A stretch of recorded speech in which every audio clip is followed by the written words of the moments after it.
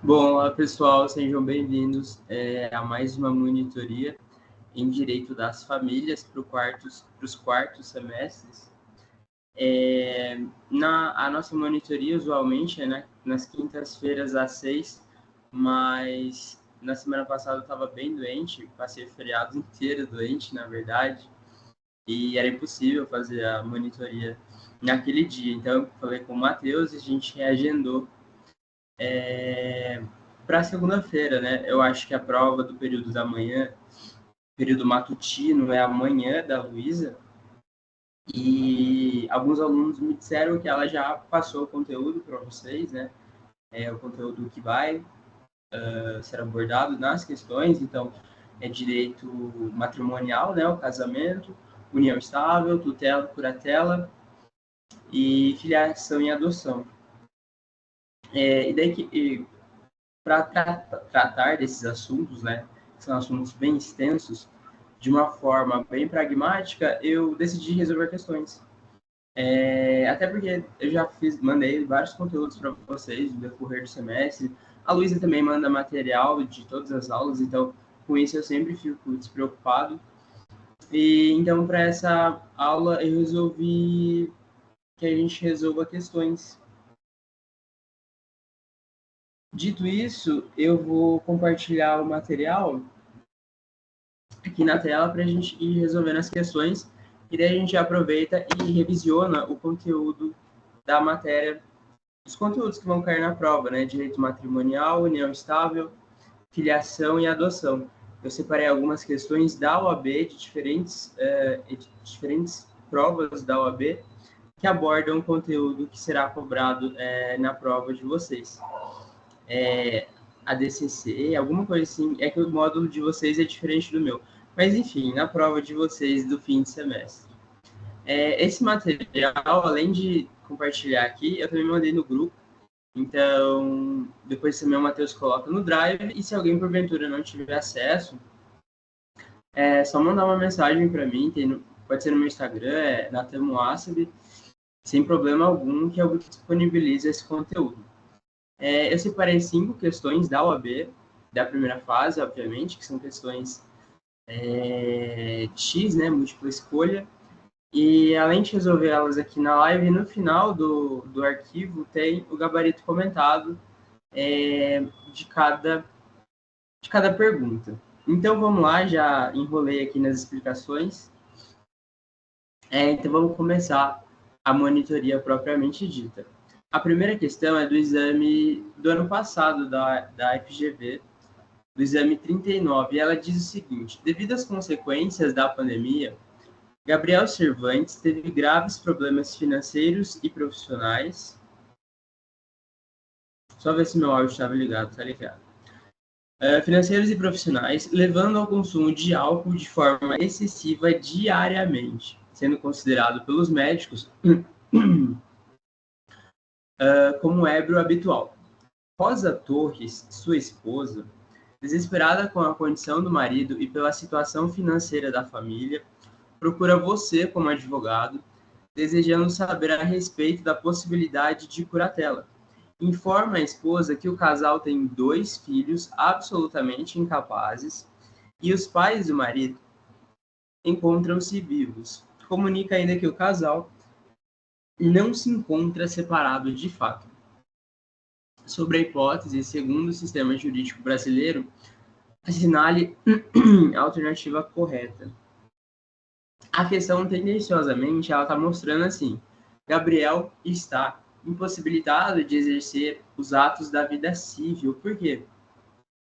Porque ele está com problemas de alcoolismo, que o Código Civil chama esse de ébrio habitual, quando essa pessoa consome o álcool de forma como uma doença, né, uma patologia.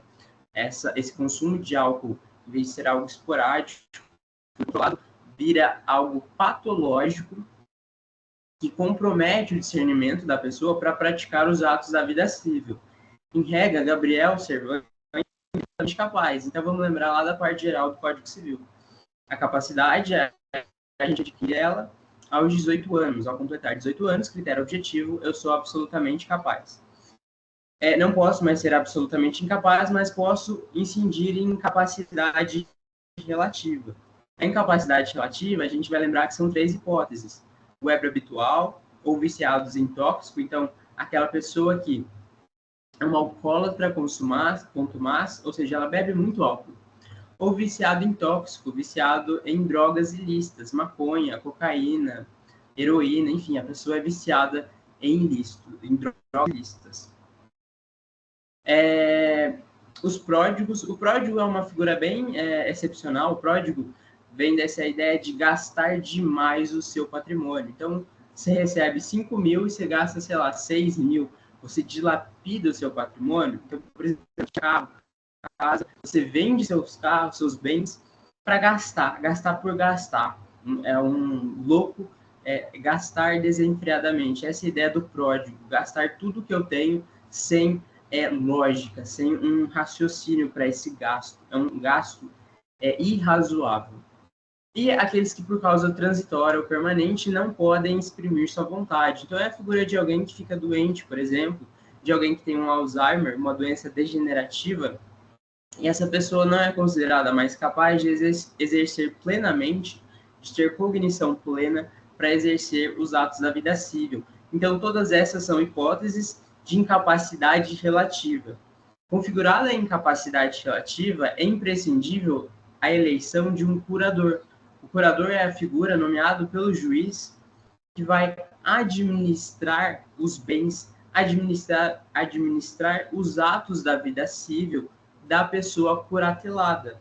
Ele vai, então, tomar conta, o curador toma conta do relativamente incapaz. E a contrário senso, né, a gente tem as figuras da tutela e curatela. Enquanto a curatela se designa para administrar, para tomar conta da vida do relativamente incapaz, a tutela vai restar para o absolutamente incapaz. Absolutamente incapaz, a gente lembra, menor de 16 anos. É a única hipótese que traz o Código Civil de incapacidade absoluta, menor de 16 anos, e daí o tutor se estende na figura de quem tem entre 16 e 18 anos. Estou misturando o conceito aqui, porque a gente já vai revisando vários assuntos de uma vez só. O tutor, então, quando que eu tenho um tutor? Quando a criança absolutamente incapaz não tem mais pais, ou seja, os pais morrem, ela fica órfã, ou se os pais são destituídos, são retirados do seu poder familiar. O poder familiar que é a autoridade parental que os pais exercem nos filhos. Em alguns casos, a gente pode lembrar que, mediante ação judicial, o poder familiar vai ser retirado daqueles pais, por não cumprirem com seus deveres para com seus filhos.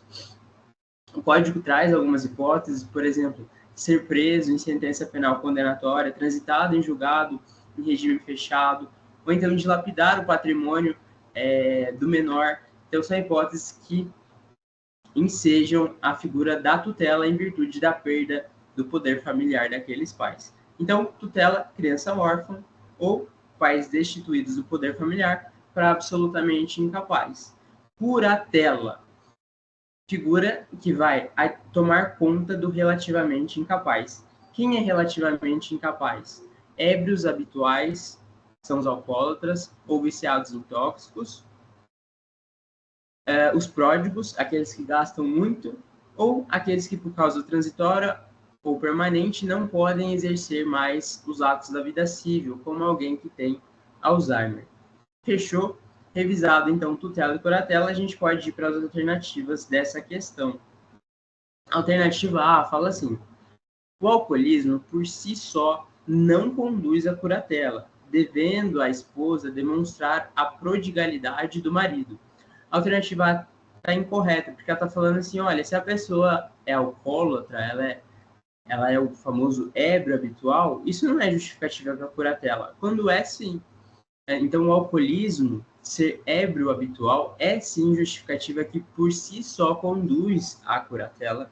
E eu não tenho que demonstrar a prodigalidade, que seria a hipótese da pessoa que dilapida o seu patrimônio, que gasta aí desenfreadamente. Então, a alternativa A está incorreta. Vamos para B. Em eventual curatela, os pais terão prioridade no exercício em relação à esposa, que só poderá ser designada curadora na desistência dos pais.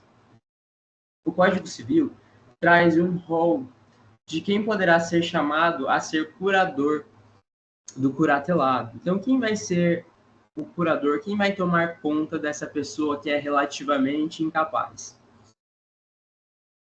No final do arquivo, na resposta, eu citei o dispositivo do Código Civil, artigo 1700 e alguma coisa, se eu não me engano. Mas, segundo o Código Civil, a ordem é, em primeiro lugar, para ser curador, o cônjuge ou companheiro que não seja separado de fato. Então, em eventual ação judicial, quem vai estar ali em primeiro lugar no chamamento para ser curador é o cônjuge, exceto se ele estiver separado de fato. Separado de fato é viver como se divorciado fosse. Depois do cônjuge e companheiro, aí sim vem os ascendentes, depois os descendentes. Então, a alternativa B está falando que os pais terão prioridade em relação à esposa, e não é o caso. Quem tem prioridade, segundo o Código Civil, no exercício da curatela, é a esposa. E em nenhum momento, né, eles falam que a Rosa Torres e o Gabriel estão separados de fato. Então, você vai considerar que a Rosa está plenamente apta a ser a curadora, e na opção de preferência, né, a ser curadora do Gabriel. Então, por isso, a alternativa B está incorreta. A C fala o seguinte: a autoridade do curador estende-se à pessoa e aos bens dos filhos do curatelado, enquanto não houver a maioridade ou a emancipação. A alternativa C está correta. Ela é basicamente a literalidade também de um artigo do Código Civil, ali perto dos 1700 e pouquinho. No final do arquivo eu citei o artigo certinho.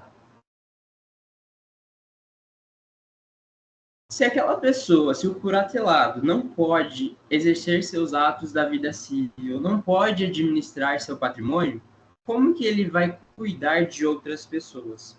É meio ilógico pensar que alguém que foi interditado, né? Essa não é a palavra correta, que alguém que foi posto sob o instituto da curatela vai poder administrar, por exemplo, os bens do seu filho, quando ele não pode administrar o seu próprio, mas ele vai administrar dos outros. É ilógico eu pensar isso. Não é natural esse raciocínio. Então, por virtude disso, o curador do curatelado relativamente incapaz estende-se o seu poder aos filhos do curatelado. Ele vai administrar os bens do filho do curatelado, porque veja, o curatelado não tem sequer capacidade de administrar os seus próprios bens. Como que ele vai administrar os seus filhos? Então, o curador já vai fazer o papel tanto do curatelado quanto dos filhos do curatelado. Ele já assume ali esse papel, essa responsabilidade direta, não tem que entrar com outra ação, com outra medida. Ele automaticamente já vai administrar os bens dos filhos do curatelado. Nesse caso, é a esposa que é mãe dos filhos, então ela já vai continuar o que ela já faz mesmo, né? Por ser mãe daquelas crianças. É até um raciocínio lógico e é a literalidade do artigo do Código Civil, então a alternativa C é a correta. E por fim, vamos ver por que a D é incorreta. A interdição do ébrio habitual só o privará de, sem curador, emprestar, transigir, dar quitação, alienar ou hipotecar seu patrimônio, podendo praticar livremente os demais atos da vida civil. A alternativa D está incorreta porque essa restrição é para o pródigo. Tudo isso aqui que a alternativa D está falando é só para o pródigo. Então, o pródigo, se a gente ler da forma correta, seria a interdição do pródigo só o privará de sem curador, emprestar, transigir, da quitação, alienar, piriri, pororó. O pródigo está ligado a essa ideia de má administração do seu patrimônio. Então, os efeitos da curatela do pródigo são mais restritos. Eles se limitam aos efeitos patrimoniais da vida civil. Então, o pródigo, ele só não vai poder fazer, geralmente, atos de cunho patrimonial, de cunho negocial. Enquanto as outras hipóteses de incapacidade relativa, como ébrio habitual, viciado em tóxico, ou aquele que por causa transitória ou permanente não podem exprimir vontade, é mais ampla essa restrição, abrange os outros atos de cunho não patrimonial da vida civil. Então, a alternativa D está errada, porque a interdição do ébrio habitual vai privar desses atos patrimoniais e dos outros atos da vida civil não patrimoniais. Beleza? Alguém tem alguma dúvida? Se precisar falar comigo, eu peço que abra o microfone, porque quando eu transmito a minha tela, não consigo ver aqui, tá bom? Mas qualquer dúvida é só me interromper, não tem problema nenhum. Pode mandar no chat também, mas eu vejo depois quando eu terminar. Mas não tem problema nenhum abrir, acho que o chat não está funcionando. Mas sem problema algum abrir o microfone e me interromper. Vamos para a questão 2. Também da OAB, do exame 18, da primeira fase, ela fala o seguinte. Fabiana e Mauro são casados pelo regime da separação convencional de bens e possuem 2 filhos, Amanda e Pedro, de 19 e 16 anos, respectivamente. Mauro é filho de José, que se encontra com 65 anos.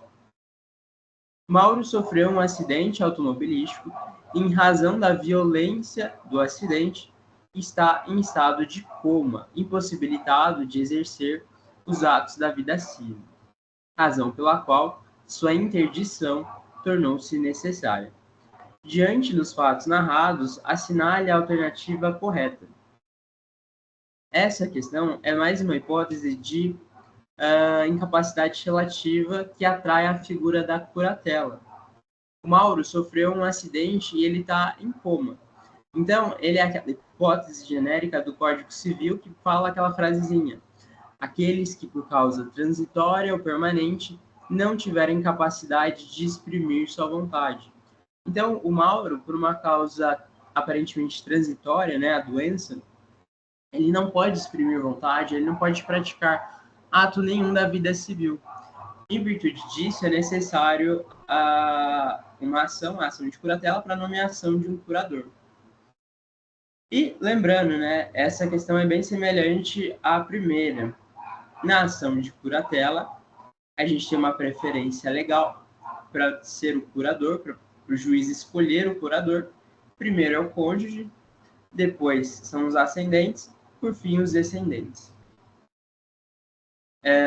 Dito isso, vamos para as alternativas. Qual é a correta?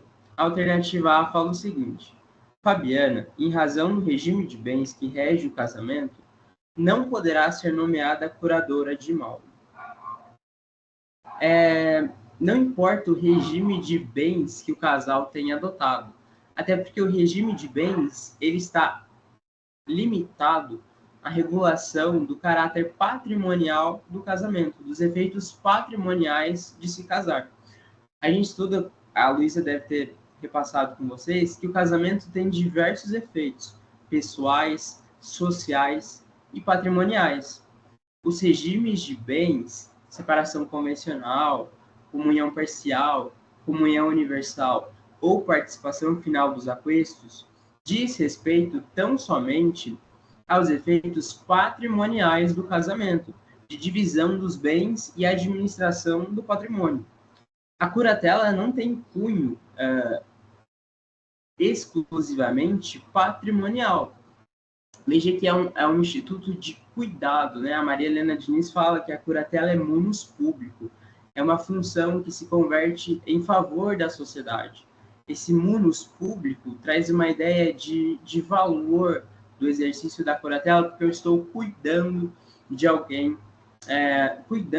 que necessita certamente de um cuidado. Então, dito isso, né, que os regimes de bens têm tão somente aspecto patrimonial, é irrelevante a figura do regime de bens para falar sobre a curatela. Não importa o regime de bens que o casal se casou. Se é comunhão parcial, universal, participação final dos aquestos, não importa. Isso não interfere na linha de preferência de ser curador. Então, Fabiana vem em primeiro plano na linha de chamamento a ser curadora, independentemente do regime de bens adotado pelo casal. Alternativa B. Como Mauro possui ascendente vivo e capaz, este será nomeado seu curador na forma da lei. Não. Mauro até seria curador se Fabiana tivesse, por exemplo, morrido ou divorciado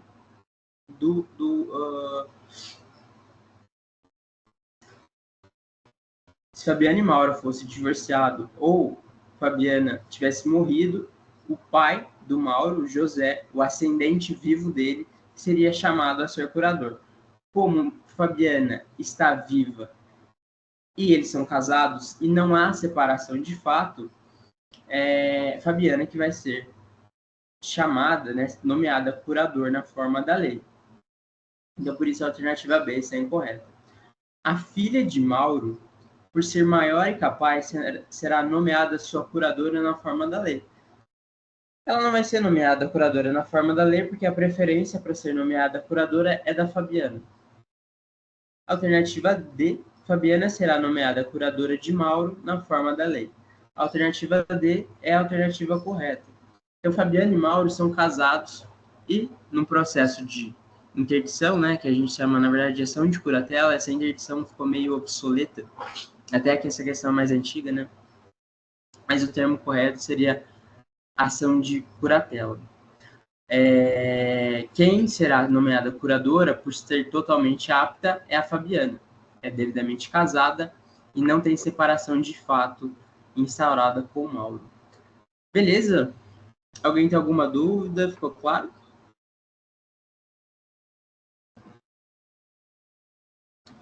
Questão 3. Augusto, viúvo, pai de Gustavo e Fernanda, conheceu Rita e com ela manteve por 10 anos um relacionamento amoroso, contínuo, público, duradouro e com o objetivo de constituir família. Nesse período, Augusto não se preocupou em fazer o inventário dos bens adquiridos quando casado e em realizar partilha entre os herdeiros Gustavo e Fernanda. Em meados de setembro do corrente ano, Augusto resolveu romper o relacionamento com Rita. Face aos fatos narrados e considerando as regras de direito civil, assinale a opção correta. Então ele está falando aqui, basicamente, o Augusto e a Fernanda, eles têm uma união estável. A questão deixa claro isso ao estabelecer todos os requisitos da união estável. Então ele fala assim, olha, o Augusto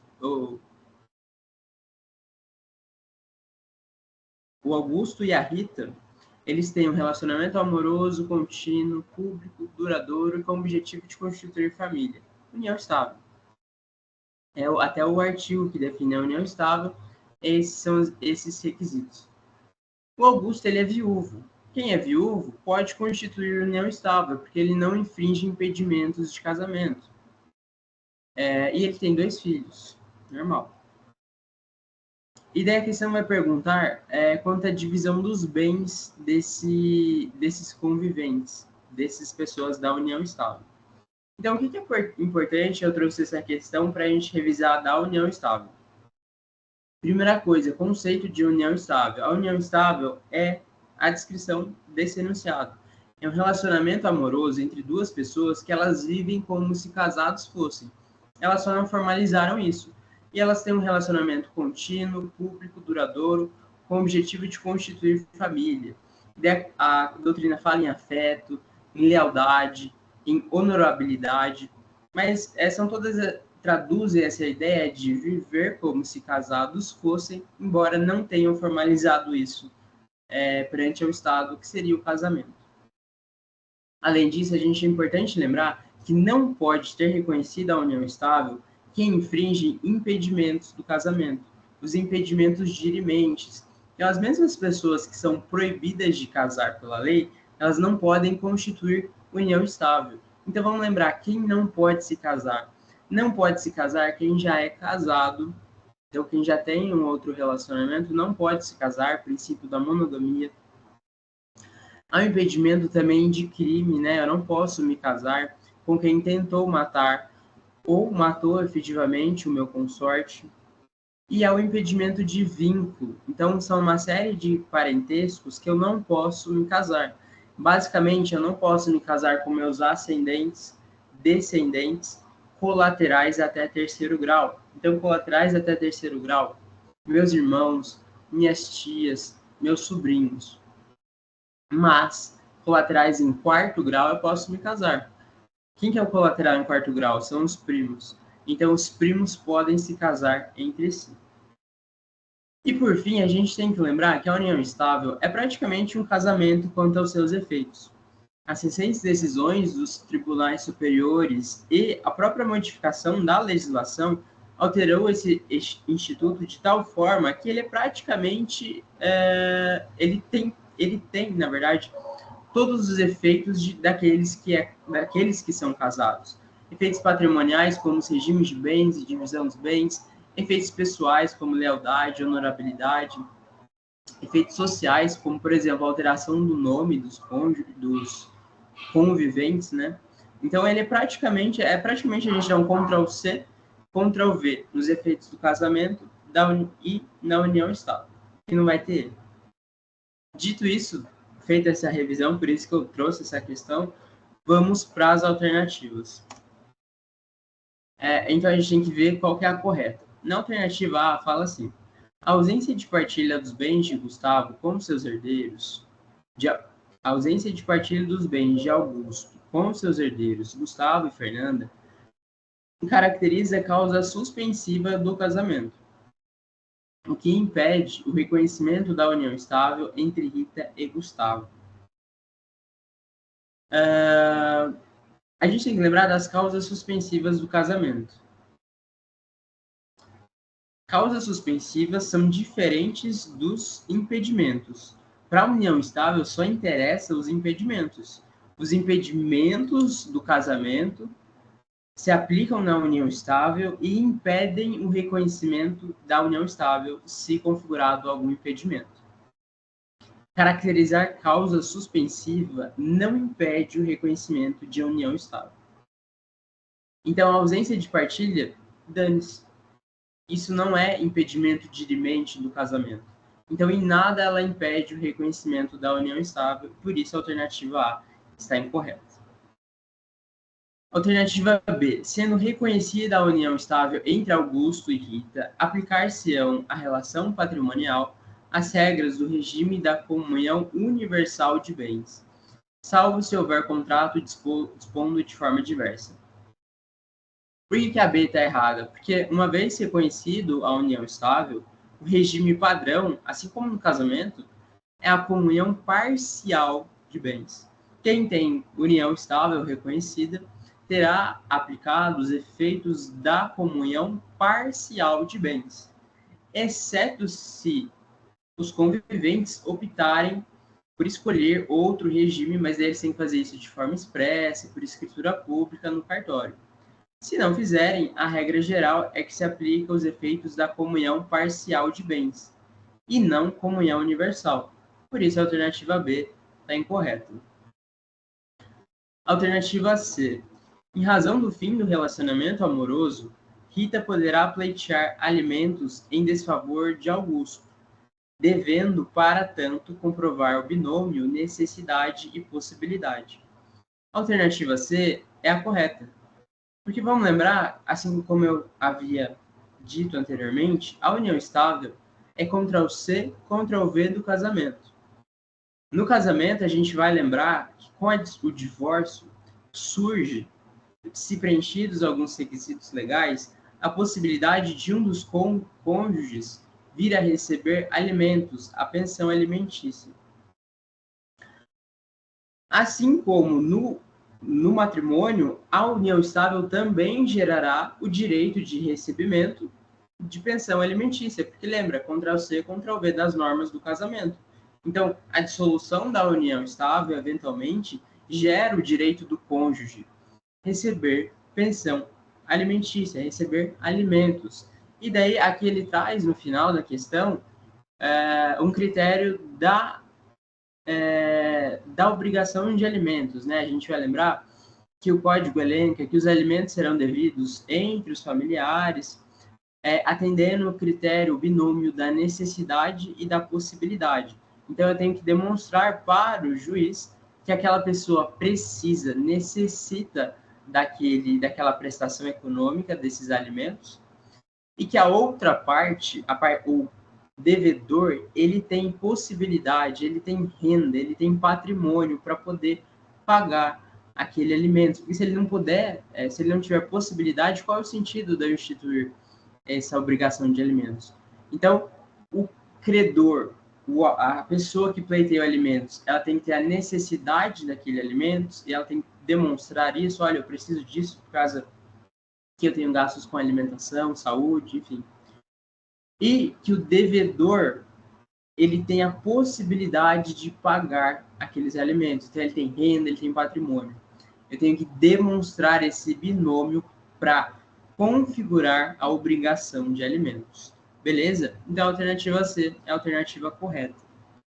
Por fim, a alternativa D, ela está incorreta porque ela diz o seguinte: as dívidas contraídas por Augusto, na constância do relacionamento com Rita, em proveito da entidade familiar, serão suportadas por Rita de forma subsidiária. As dívidas contraídas pelo casal em favor, no caso, pelos conviventes, que se convertem em proveito da entidade familiar, ou seja, em proveito da união estável dos dois, gera obrigação solidária, né? O patrimônio da Rita, que sofre ameação com o do Augusto, responde solidariamente por essa dívida, e não de forma subsidiária. Beleza? Alguém tem alguma dúvida antes da gente prosseguir? Marina e Paulo, se vocês puderem mandar um joinha nas reações, só para eu saber que está tudo ok, que vocês estão escutando, que está dando para entender. Porque o chat acho que não está pegando, mas se vocês conseguirem mandar um joinha, uma reaçãozinha ali, só para eu poder seguir a aula tranquilo, enquanto eu bebo uma água. Valeu, Marina!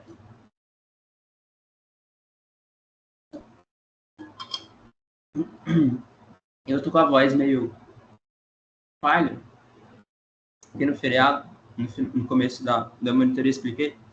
Valeu, Paulo. E eu tava bem doente, né? E, inclusive, a monitoria de quinta, a minha monitoria acontece quinta às 6, mas eu fiquei bem mal. E aí, por isso, a gente mudou para hoje às 6. E a minha voz ainda tá um pouco prejudicada, mas, enfim, já tô 100%, pelo menos, com o meu corpo, né? Eu tava bem mal, com febre, enfim. E agora só a voz que tá um pouco sofrendo ainda, mas seguimos. Então, a gente fez a 3, agora a 4. A 4 do exame 14 da OAB. E ela diz o seguinte: Marcos e Paula, casados, são pais de Isabel e Marcelo, menores impúberes. Menores impúberes são os absolutamente incapazes, tá? Às vezes, essa nomenclatura que a doutrina traz, e a OAB gosta de usar, menores impúberes, absolutamente incapazes. Então, Marcos e Paula são pais de 2 crianças e o Marcos e a Paula faleceram em um grave acidente automobilístico. Em decorrência deste fato, Pedro, avô materno, nomeado tutor dos menores, restou incumbido, nos termos do testamento, do dever de administrar o patrimônio dos netos, avaliado em R$2 milhões. São herdeiros. De acordo com o testamento, o tutor foi dispensado de prestar contas de sua administração. Diante dos fatos narrados e considerando as regras do direito civil sobre prestação de contas no exercício da tutela, assinale a opção correta. Então, essa questão ela já dá de cara, olha, a gente tem uma tutela, por quê? É a primeira hipótese de tutela, né? Quando há a tutela? A tutela é um instituto de cuidado, é um munus público para com os absolutamente incapazes. Quando que eu vou instituir tutela? Quando as crianças acabarem sendo órfãos, ou seja, os pais morrem, ou se os pais são destituídos do poder familiar. Nesse caso da questão, os pais morreram, então surge o efeito, surge a tutela, né, para cuidar das crianças, né? A Isabel e o Marcelo. A tutela, a gente vai lembrar também que tem uma ordem de chamamento do tutor. Então, primeiro chama os ascendentes, depois os descendentes, colaterais. Mas a tutela também, e isso vem em privilégio ao que determina a lei, pode ser instituída por testamento. Então, os pais, os genitores, podem dispor em testamento que, na morte deles, eles podem nomear: na minha morte, eu quero que fulano seja o tutor dos meus filhos. E eles assim o fizeram. Marcos e Paula nomearam Pedro, o avô materno, para ser tutor dos menores. Até aí, tudo bem. Só que o ponto da questão é que ela fala aqui no testamento, então, além deles nomearem o tutor, eles dispensam que o tutor faça prestação de contas da sua administração. Então, eles escrevem lá no testamento: o tutor escolhido está dispensado de prestar contas da administração do patrimônio dos nossos filhos. Só que essa autonomia da vontade é limitada pela lei. Quando a lei limita a autonomia da vontade, prevalece o disposto na lei. E assim o Código Civil faz. O Código Civil expressamente, e nas respostas eu coloco o artigo, né? Expressamente deixa claro que é vedado, é proibido que ao dispor em testamento, que o tutor seja eximido da obrigação de prestação de contas. Ou seja, é nulo que eu escreva no testamento uma cláusula que dispense o tutor da prestação de contas. Ainda que essa cláusula exista, assim como está disposto nessa questão, ela será considerada nula. Por quê? Porque a autonomia da vontade é limitada pela vontade da lei. Prevalece o que a lei manda. O que a lei manda? Que ainda que haja essa previsão no testamento, ela será considerada nula. É proibido fazer isso em testamento. E se assim o fizer, será considerado nulo essa disposição. Ou seja, o dever de prestação de contas continua intacto na figura do tutor, mesmo dispondo o testamento em contrário. A prestação de contas nada mais é do que uma garantia de que o tutor vai exercer esse munus público de forma idônea, na ideia de que a fiscalização, de que a prestação de contas age como uma verdadeira coerção moral. Só de ter a possibilidade de ser exigido de prestar contas já traz uma inibição de condutas, então, que lesem o patrimônio dos tutelados.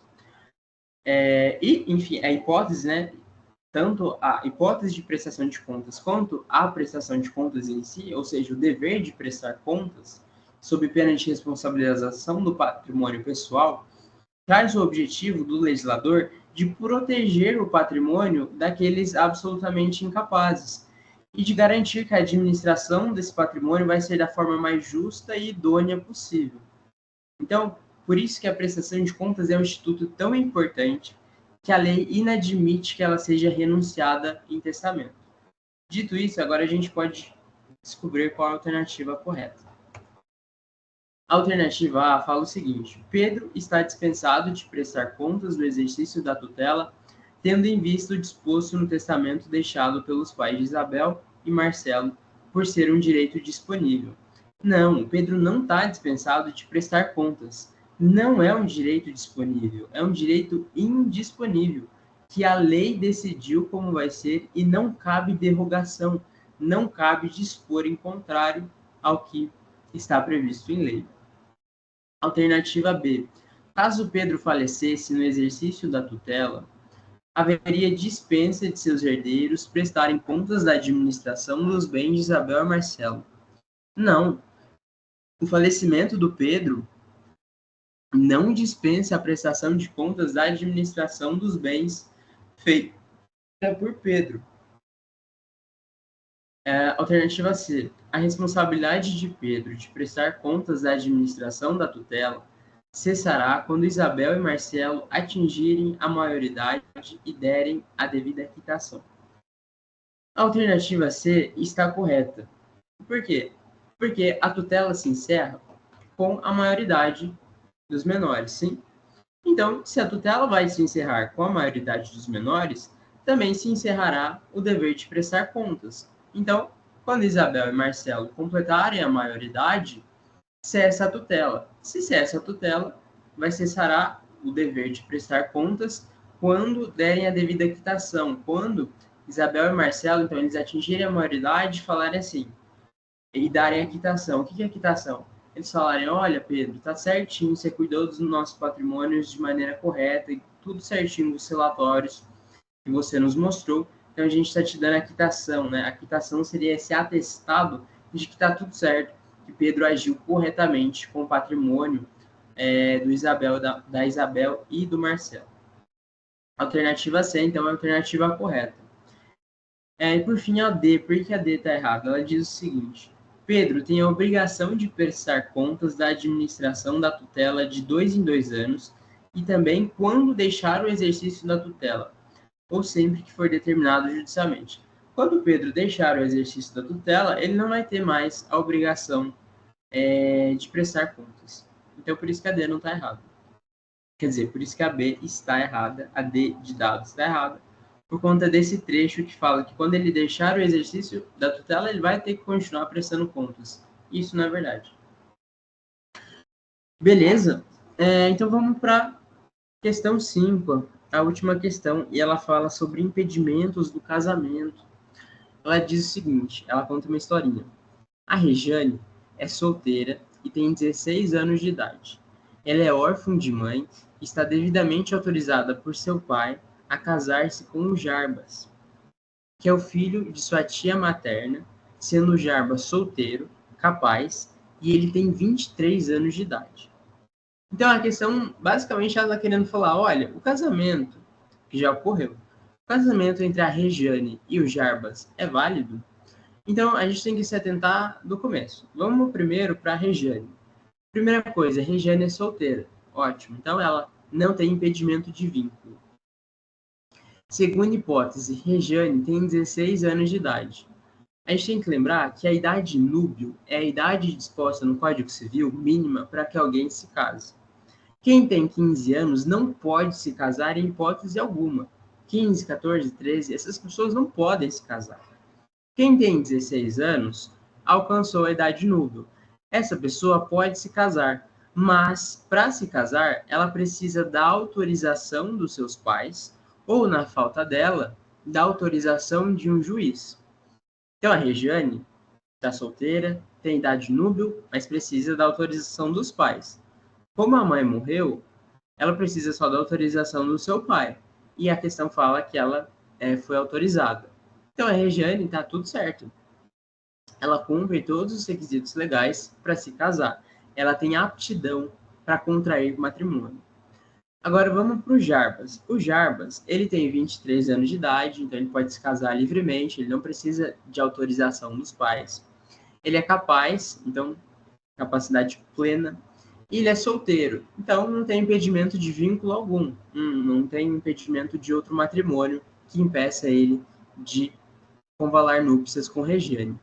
Mas Jarbas tem uma informação importante. O Jarbas é filho da tia materna da Regiane. Se o Jarbas é filho da tia materna da Regiane, Jarbas é primo de Regiane. Então, eu sempre lembro de uma frasezinha, né? Os filhos dos meus tios são os meus primos. Jarbas é primo de Regiane. E a gente tem que lembrar que os impedimentos de vínculo, eles alcançam os ascendentes, todos, os descendentes, todos, e os colaterais até o terceiro grau. Colateral até o terceiro grau, a gente vai lembrar que são os irmãos, os tios e os sobrinhos.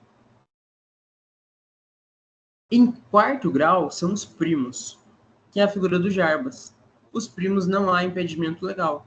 Os primos podem se casar entre si livremente, não há impedimento de vínculo entre eles. Jarbas é filho de Rejane. Então não há Jarbas é primo de Rejane. Então não há impedimento algum para que Jarbas se case com Rejane. Dito isso, agora é só a gente escolher a alternativa correta. Então a gente já descartou que eles são plenamente aptos para se casarem por cumprirem os requisitos legais, seja idade núbia, autorização dos pais, e não infringirem impedimentos dirimentes. Não há impedimento de vínculo, né, do parentesco, não há impedimento daqueles que já são casados ou impedimento de crime. Então, Jarbas pode se casar com Regiane livremente, sem impedimento algum, e o casamento será plenamente válido. Revisado os impedimentos e os requisitos para se casar, vamos achar a alternativa correta. A alternativa A fala assim: esse casamento é nulo, tendo em vista o parentesco existente entre Rejane e Jarbas. Não, esse casamento é válido, porque Rejane e Jarbas são primos, são colaterais de quarto grau. Colaterais de quarto grau não têm entre si impedimento de parentesco. Eles estão plenamente aptos para se casarem, então o casamento não é nulo, ele é válido. Alternativa B, esse casamento é anulável, tendo em vista que, por ser órfã de mãe, Rejane deveria obter autorização judicial a fim de suprir o consentimento materno. Não. A Rejane, por ser órfã de mãe, só precisa da autorização do seu pai.